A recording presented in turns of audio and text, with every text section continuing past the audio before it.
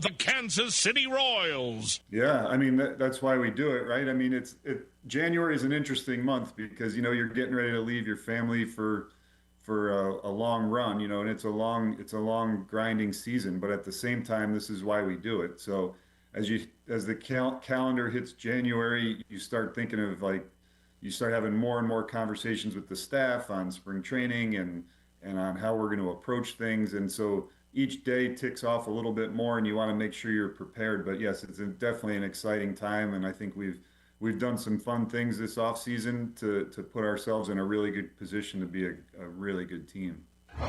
Yeah, it always takes a little bit of a dip, between Christmas and New Year's, but there's still been ongoing conversations about acquisitions of players. But as we said after I think our last trade, we're in a position that we'll continue to try to make our team better. I don't know what shape or size or form that'll come in, or what position that'll be, but there's going to be activity through the month of January and into February. So we're just going to stay on top of it. And if there's a way that we can make our team better, we're going to try to capitalize.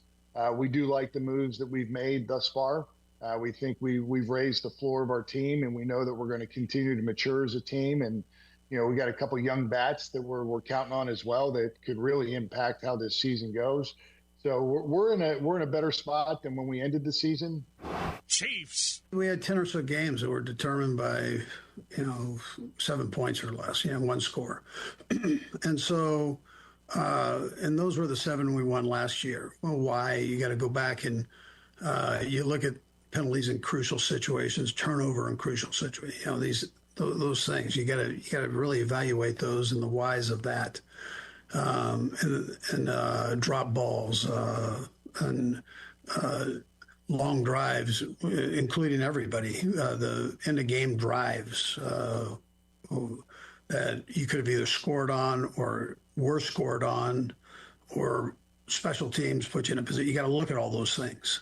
And so that's part of the evaluation process going into the offseason. Make sure we narrow that thing up and make sure we're on the right end of it.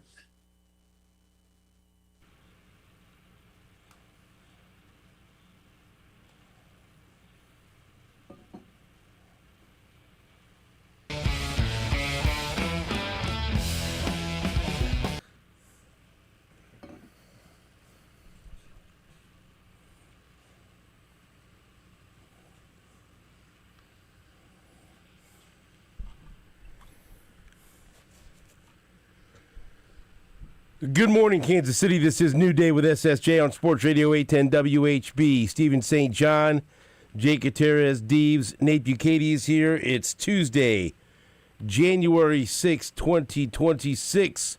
We'll talk to Marc Boerigter, former Chiefs wide receiver, coming up later in the hour. Also, Jeff Chadiha from NFL Network and NFL.com will help us preview the wild card weekend and the NFL playoffs. And our friend Jeff Kerr from out in Philadelphia, who also writes about and talks about the NFL. He'll be with us at around 9:05 or so. Man, oh man. I saw one of the best football games I've seen in a while last night on ESPN. It seemed like most of the football people that I follow or interact with on social media were watching that game last night. Because look, there was a gap there. No Monday Night Football, and it's the calm before the storm of the college football playoff semifinals, and then the wild card weekend and everything else going on coming up starting on Thursday. But man, it was awesome last night. Oh, people get a chance to watch that deal. It was the national championship game, FCS championship game between Montana State and Illinois State. Montana State was going for their first national championship since 1984, and that's the only time they've won it ever. So they're going for their second championship, their first since 1984. And Illinois State, which has been like a Cinderella in these playoffs. At 4-loss team that was in the national championship game, they were going for their first ever national championship. You got any history with Illinois State in there, buddy? I spent some time down in Normal, Illinois. It's like when I bring up Illinois school, sometimes you have something bad to say. No, Anything they didn't have good? a soccer team, so there's Okay. no. I have only good things to say about No ill will. Boomer Grigsby. That's came exactly from right. Illinois State. Boomer Grigsby, who once cut my hair on the Jared right. Allen show. That's right. Former Chiefs linebacker. No, I have nothing bad to say about the Cardinals. The tell Twin you City, right? Bloomington Normal? Yeah, Bloomington Normal. tell you Right, something. correct. I had some. The Water Tower states that. That's good times at the A-10 zone with Jared Allen and Boomer Grigsby. I bet. I remember some of them. Some of them. Yeah, Some of them I don't. some of them I don't. Those were Hall of Famer Jared Allen. Right. That'll put a smile on your face thinking back to those days. But yes, as soon as I saw Illinois State, Boomer Grigsby. But Montana State, Right. we got our guy Wes Wilson, who is a good friend of the show, who's been on the show many times. He played safety Yeah, former at Montana State. player. And then our good friend Bill, who from time to time has helped us get guests on the show. And there's very few people out there that are more loyal listeners than more of a loyal listener than Bill. And he's the SID for Montana State. And so I interact with him a lot. He loves, the Royals. He loves the Chiefs. And he'll keep me up to date on what's going on out there. And I've been invited a couple of times. I'm going to go out to Montana at some point. Beautiful country out there. That's a part of the country I've never been to. I really want to go. Well, now I'm going. And so I was watching that pulling for Montana State. And that was one of the most exciting, dramatic, mind-boggling football games I've seen in a while, especially if you consider how much was riding on it. It's very difficult for me to try to sit here and sum up everything and try to tell you everything that happened in those final minutes of the regulation and then into overtime. And that was the first time the FCS championship had gone into overtime. But Illinois State was driving, and it was a tie game, 28 apiece, and they were in field goal territory, but they have an awful time kicking field goals. And they'd had 5 field goals blocked this year. And I think they had switched kickers, and so they got a guy, and they keep showing him, and he looks like sometimes you could see a kicker warming up on the sideline, and you think, oh, he's not making any kicks. You don't want to send this kid out there. And it was 4th and 1. Man, I want to say around their 21 or so. And their offense had been rolling, and they've been, it seemed like everyone on social media, because all the NFL people and everyone that loves football was locked into this game, because if you weren't watching it, if you were on X or whatever else, you caught wind. Oh, there's a really good game going on for a national championship. Turn it on ESPN, and so go for it. You don't send your kicker right here. You got to go for it. 4th and 1. You got to go for it. I can't remember how much time's left. Jake, you might have to look up the timeline of this, but they sent the kicker out there, and there was just like no belief whatsoever. I'm watching. I go, there's no way this kid's going to make this kick. And it got blocked, and it got returned to around midfield, and you're thinking, okay, Montana State's got it. Now they're going to win the game. They're going to drive, and they got relatively close to field goal territory, and then they had their 9th false start of the game. Think about that. Think about how pissed off you've been watching the Chiefs' offensive line make critical errors or have big penalties in big moments. How about in a national championship game, 9 false starts? Ooh.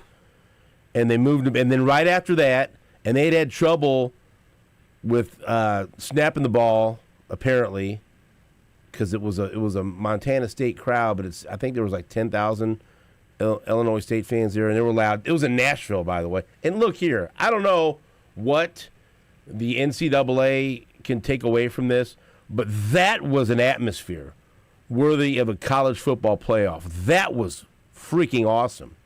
Now, Nashville's a great place to go. That's a destination place. You don't have to twist many people's arms to go to the Nashville and party. But that just seemed like on TV, like this is what a great prime time location. The crowd was incredible. The game was dramatic, and that added so much to it, you know? And not all the college football playoffs, especially the ones that have been, you know, in neutral sites, they just haven't had as much juice. And so they've been having trouble with the snap. And so the center snapped it when the quarterback wasn't looking, and they lost like 20, 30 yards. So that takes away any chance they have of trying to kick a game-winning field goal. So then they got to go to overtime. The 57 seconds left when that field goal was blocked. Yeah. And so then Illinois State gets it first in overtime. They score a touchdown, and then what do you think happens? Extra point blocked. And kickers, man. Special teams, man. Special teams. And so then Montana State gets it, and you know, okay, they score a touchdown, and then the extra point's going to win it. But it's 4th and 10. And you're thinking, wow, Illinois State's defense is going to step up here and save the kicker and get the win. And the color commentator was Brock Osweiler. So, whatever that's worth. And he was on it. He said, you know, they've been sending pressure and bothering the Montana State quarterback. Don't send pressure here. You know, drop back, give them a different. Do not send pressure. This is not the situation where you want to send pressure. This is not the situation where you want to blitz. It'll be, don't do it. And they did it. And he, right when he was getting hit, lofted a pass into the end zone. Had a wide open receiver. It was named Taco, by the way. That was awesome. And caught the game-winning touchdown on 4th and 10. Pressure on 4th down in overtime. They bring pressure. Lamson throws. End zone. Caught. Touchdown. Taco Dollar.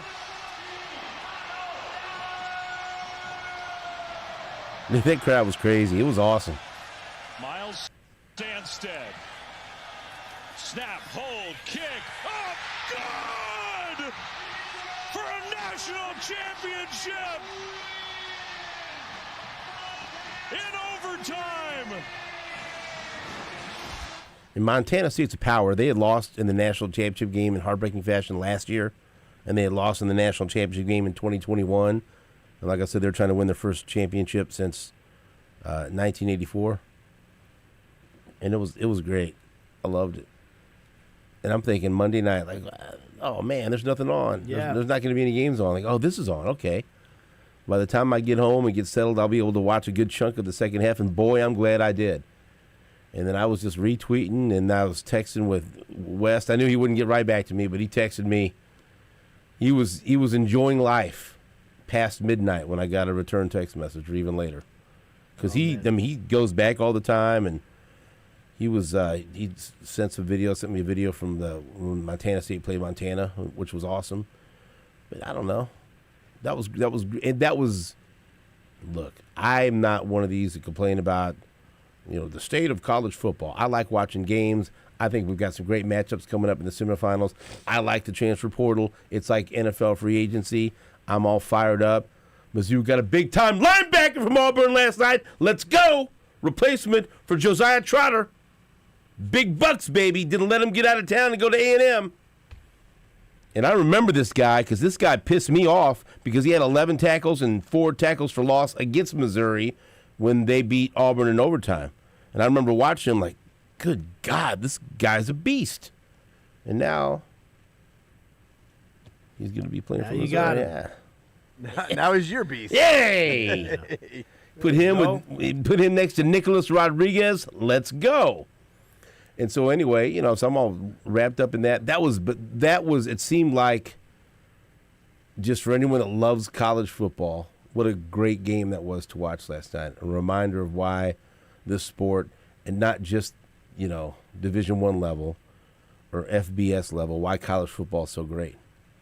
That was a fantastic national championship game. Montana State wins 35-34. That Illinois State coach had a little bit of a big red thing going on, didn't he? Like just his look and everything, like the mustache. And Did you see the reaction with the field goal got blocked? Oh, dude, and their quarterback, was so pissed off because he wanted to go for it on that 4th and 1, and then they showed him on the sideline after they got the field goal, like, should have effing went for it. He was, I mean, because even in the moment, I was really like, I couldn't, like, he's sending this kicker out there, and it's not a chip shot, and it's just yeah. So, and everyone was, just look at the tweets from last night. Well, that coach that's gonna haunt him for a long time. Snap, hold, kick is blocked. It's on the turf. It's scooped up and returned back to the 45 of Illinois State. Seth Johnson comes up with the ball. I don't know. I can't remember. I know Osweiler was the color commentator, but whoever the play-by-play guy was kicked ass. That guy had me fired up. And then you could hear the PA announcer in the background. He was screaming at everything. I was all wrapped up in this game last night. All hell was. I mean, it was awesome. And then all these things were happening as well. And then I got two people that I like a lot that I want to be happy because Montana State won. I'm trying to get. I think we're going to get somebody from Montana State on the show at 9:30. Oh, nice. Billy Boy's working on it. There's going to be a lot of people up all night in Nashville, huh? I mean, and then on top of that, Montana State's fan base is incredible. Yeah. Right? Can you imagine, okay, you win your first national championship was 84, and you just happen to be in Nashville. It's a good spot to be. Right. That's a good spot to be. I mean, like. That's a good spot to party, baby. Yeah. Great spot. Yep. To celebrate a national championship. No, that was Dave Fleming. He was fantastic. He's good. He was fantastic. Dave Fleming and Brock Osweiler. Give credit where credit is due.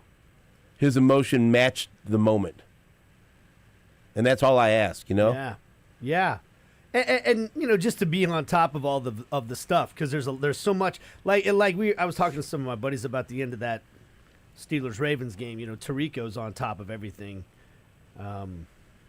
He's so good too. It's field goals at the end of games, they matter. He's going to work on the safeties coach, Brian Shepard, because he's from Olathe. Oh, cool. How about that? Bill's listening right now.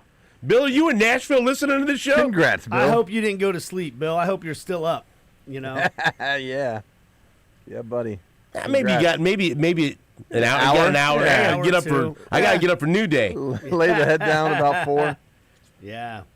I hope you were partying all I night. was wondering. When I sent that message, I was wondering, like, congrats. Like, he ain't never going to see this thing. Never another 2 days. But he's SID. He's, Yeah. He's doing work. That's right. Writing game recaps. West, on the other hand, he's still up. There you go. He ain't slept. Yeah. Not in Nashville. No way. No. So, there you go. That was fun last night. Hopefully people watched it. I sure did. And then we had a lot of stuff going on yesterday with the Royals press conference, J.J. Piccolo and Matt Quachero to talk about Matt's, talk about Q's contract extension. Mm-hmm. So we'll have sound from that between now and 10 o'clock. Had the Chiefs with Andy Reid speaking to the media, and we've got plenty to talk about there. I mean, I don't know. Is there fatigue? Do we still want to? Are people anxious to hear what Big Red had to say? Big Reed, either way works. Or you kind of like, give me some time away from this right now. Be honest. I'm interested in what he has to say right now, just because now it's time for the off season, which is so bizarre to say. But yeah, I guess some thoughts on where things are headed from here. And Nick Bolton. I know he's not going to give a ton of information away, but no, he's going to spill all the beans yesterday. Yep. He opened up the book. Yeah. Here's our game plan, guys. Darn it. These are the changes that are going to be Here's what made. Kelsey's going to do. Yep. He didn't want me to tell you, but I'm telling you anyway. And then Sporting Kansas City. Yeah, they're having a presser today. Hired a new manager. Yeah. What do you think of that? Yeah, I mean, look, it's an interesting hire. I don't know. I have no idea who this gentleman Yeah. is or whatever, but it made a lot of soccer people mad. That's all I can tell you. Yeah, I mean, look, he's All right. yeah, he's Why did it make soccer people mad? well, he's been in Major League Soccer once before and didn't have a lot of success, but It's not a big name. Yeah, I mean, if you're looking for a big name, somebody that's had a lot of success here or anything like that, but he's won in other places. The last team that he coached was called Young Boys. That's right. There's some funny names in Switzerland. I got to tell you the name of their stadium too. I got to look it up, but I mean, there's no joke there. It was that was the name of the Young club, Boys. right, yeah, no, that's right. When people are waiting for me to say something, that's just No, what it is. Yeah. And he's had a lot of success there, but they're like the biggest club in that league. So some people are saying, okay, well, you can win there. In the U.S., it's going to be, okay, yeah, Young Boys play in Wankdorf Stadium. Yeah, they do. So I just thought you'd Sure they appreciate do. that. So is that a good hire, or is it? I think it remains to be seen. I don't think he's. Did you know who that was? Yeah, because he was the manager of Chicago Fire for a while when I was doing the Sporting Kansas City Did games. you have an opinion of him? Not really, When because you hear that, like, oh, that's. They I got rid of him pretty quick, huh? Yeah, Like he had that- one season and Yeah, it's hard to know. It was like hard to know. He never had a chance to implement too much of what he wanted in Rafa Wiki, is that his Chicago. name? Yeah, Rafa Wiki. He Yeah, Wiki. Chicago was a bad organization at the time that he was there, and they were pretty mismanaged and everything. So it's hard to judge somebody that goes to a bad place with without much of a chance to succeed and doesn't even get much time to do it. So yeah, I can't sit here and tell you I know enough about him to have like a strong opinion of how he's going to do. I mean, I don't judge him for what his time at Chicago was at all. So, but what he did in Switzerland also doesn't really necessarily translate that much to what would happen in Major League Soccer. I'm interested in meeting him. I'm going to go out to the press conference today. I'm excited to meet him. Yeah, he's interested in meeting you. I don't think he has any care How do or you know? knowledge of me. How do you know that? I don't know that, but I would be. Okay, then. I would be surprised if that Maybe was he on knows his who you radar. are. Well, should be. Maybe he's done some research. Maybe. All right. But it's good they got a manager because their preseason starts very soon, and they've got a lot of work to do in terms of putting a roster together. They don't really have a roster yet in terms of a full complement of players, so they got a lot of work to do. Do you think they should take a running back in the first round? I think it depends on how good the running back is. Right. That's been my stance all along. Jake and I want Reuben Bain Okay. in his tiny arms. Can't even tie his own shoes. yeah. His arms are so They call him short. T-Rex Baines. Yeah. Can't even scratch his face. With tiny arms. He just runs But you know what? out. He just runs out there and wrecks Crushes quarterbacks. the quarterback though. That's all that matters. Right. All right. Yeah. Small arms like that, I don't know. So there we go. We got lots to talk about. Lots of sound to play from yesterday. Good guests. Some good, clean fun here today on New Day with SSJ right here on Sports Radio 810 WHB.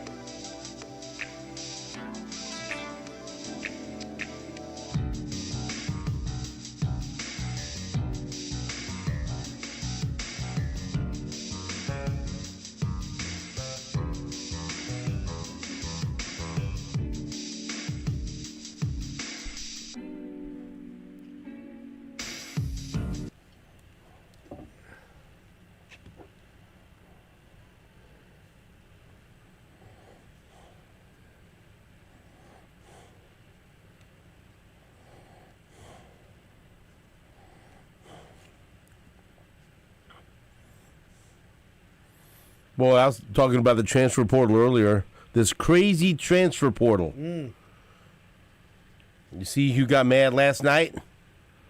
No. Nebraska fans. Uh-oh. Ooh, boy. Oh, is this the guy that committed then decommitted? Wow.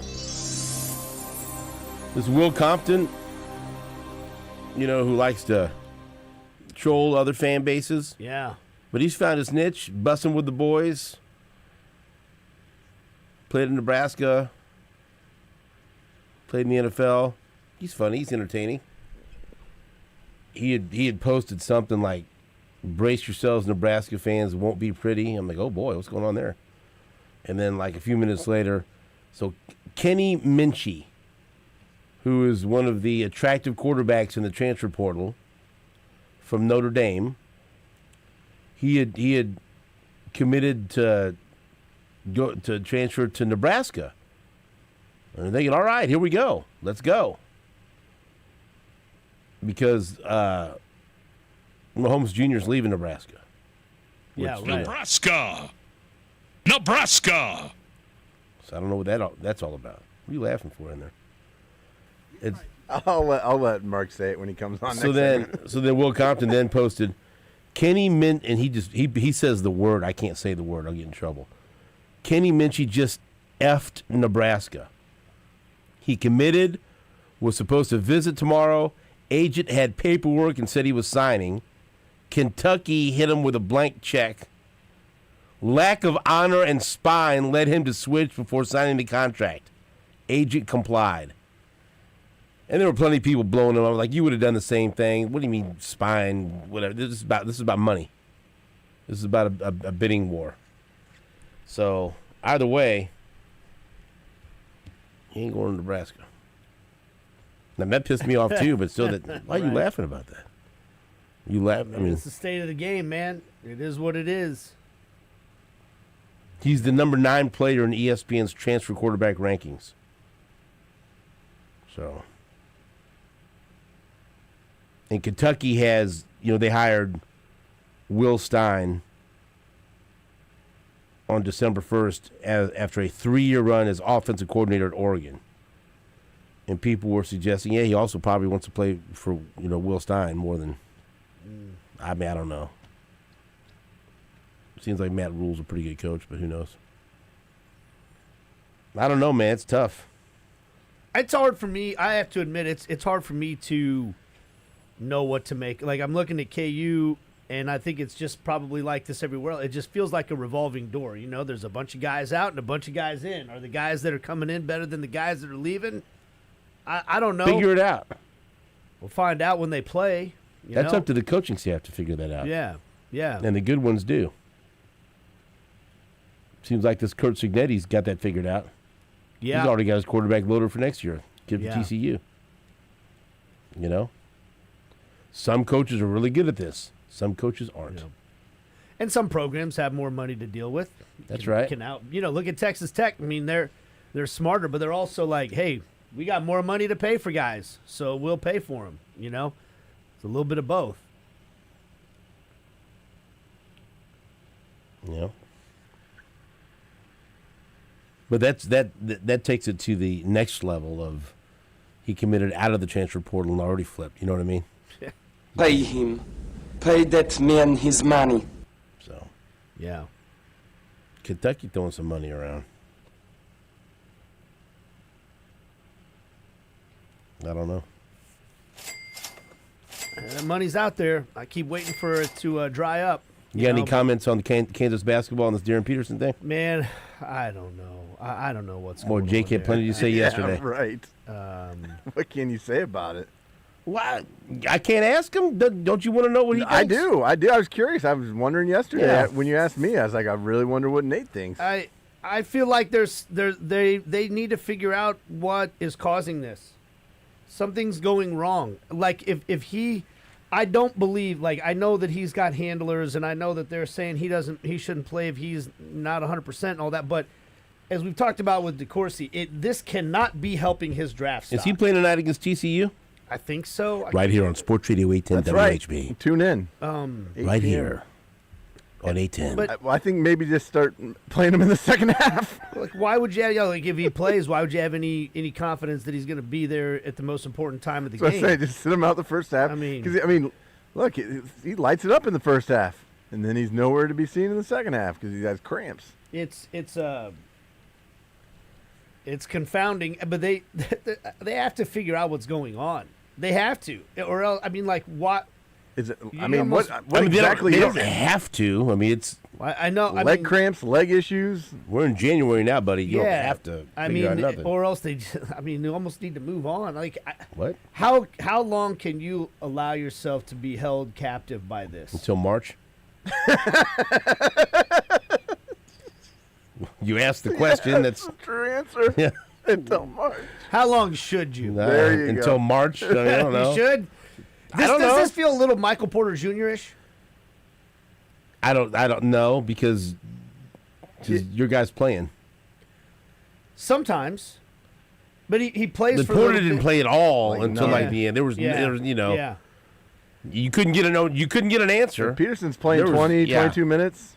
Yeah, but like he doesn't play for how many games does he not play and then he plays 22 minutes? I don't know. Maybe he's going to play again tonight. But it's just I don't know what's going on. I mean, who knows? How can anybody know what's going on? Well, what do you think's going on? You have an opinion on it?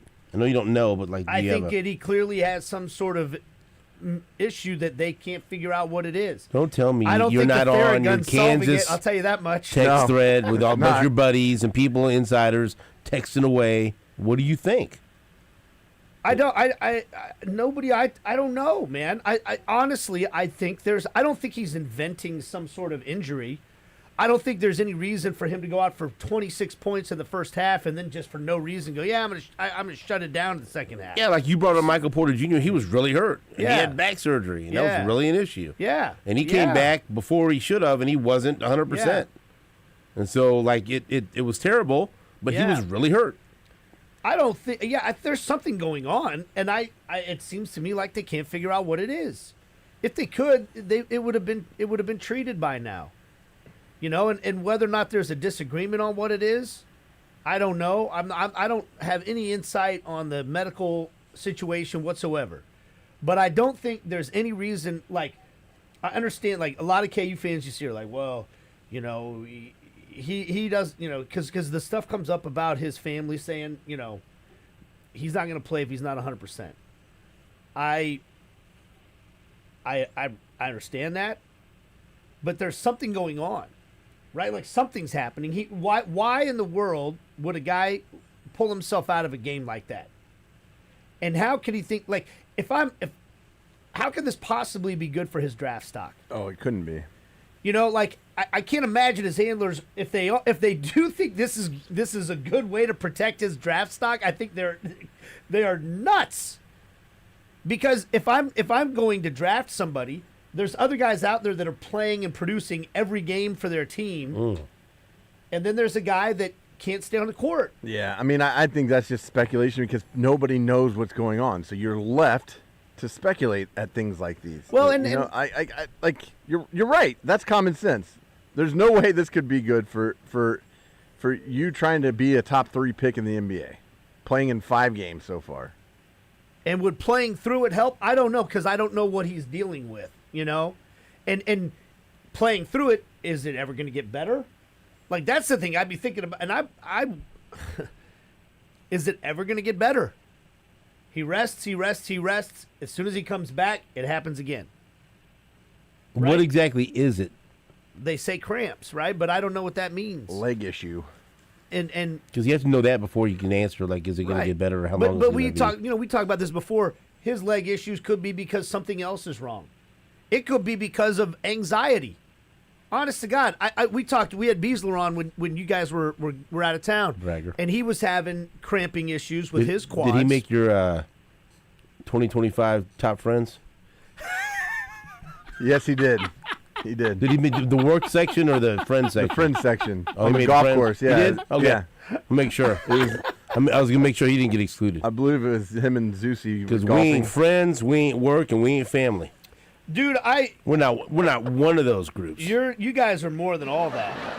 There was no posting of it. Yeah, there's no public, I don't have any there's photos no of us. public acknowledgement. He sent it to Lebo and I and said, Guys, we didn't make "Guys, it. we didn't make the friends list." And so I thought, I go, "What are you talking about?" So I started looking, and then I see you post a work list. I go, "We're probably on this one." No. Because we're not one of your fancy little soccer buddies with tight pants. Do I got to come in here with pants that are 5 sizes too small? It would help. with no socks If that you are did high that, you'd be waters. on the I got, list for sure. Yes. I could come in with a bad Yes. haircut, smiling away. Hey, Beard. I'm coming up with a list of top friends 2026. Jake, you're on it. All right. First guy on it, buddy. I love it. Thanks, man. That's why I came back. Is it? For you. Oh man. Well, You're my friend. I love you guys. Darren Peterson on your list? No, he didn't make the list. Wow. But yeah, Beasler said anxiety.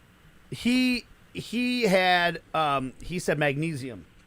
He said that he went to several different.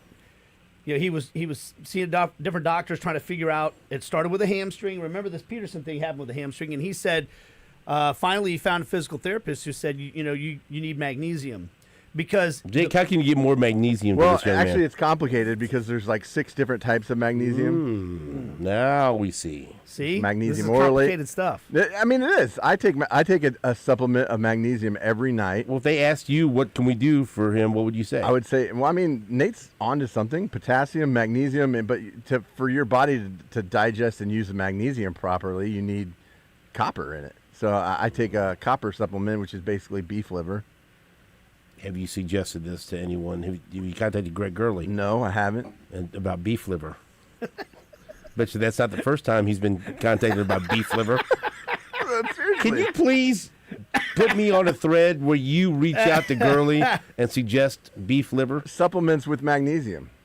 Seriously, that's how your Well, no, that's how your body. Matt rubbed magnesium oil on his feet No. and said that helped. But he said that a big part of the problem was the more he tried to work on the muscles, the worse it got. Like it was like almost like the more pressure he tried to put on himself, to come back, it was like an anxiety thing, and it caused his muscles to cramp up more. If this guy's thinking about his NBA future and he's worried about, all these things, Who knows, man? Who knows? I have no idea. Get him some beef liver. They need to figure it out, or else they need to move on. I think. I make my own beef liver. When you say move on, what do you mean by that? Well, I don't know what you do. I mean, it seems Well, like such a you said conundrum. Shut that, them but down what do you mean by until it doesn't. Is that what you mean? Like you're shut Well- down until you are completely healthy? Well, I guess what I'm saying is, like, I don't know how you handle it if you're Bill Self, but if I'm looking at it like the team is learning how to play without him.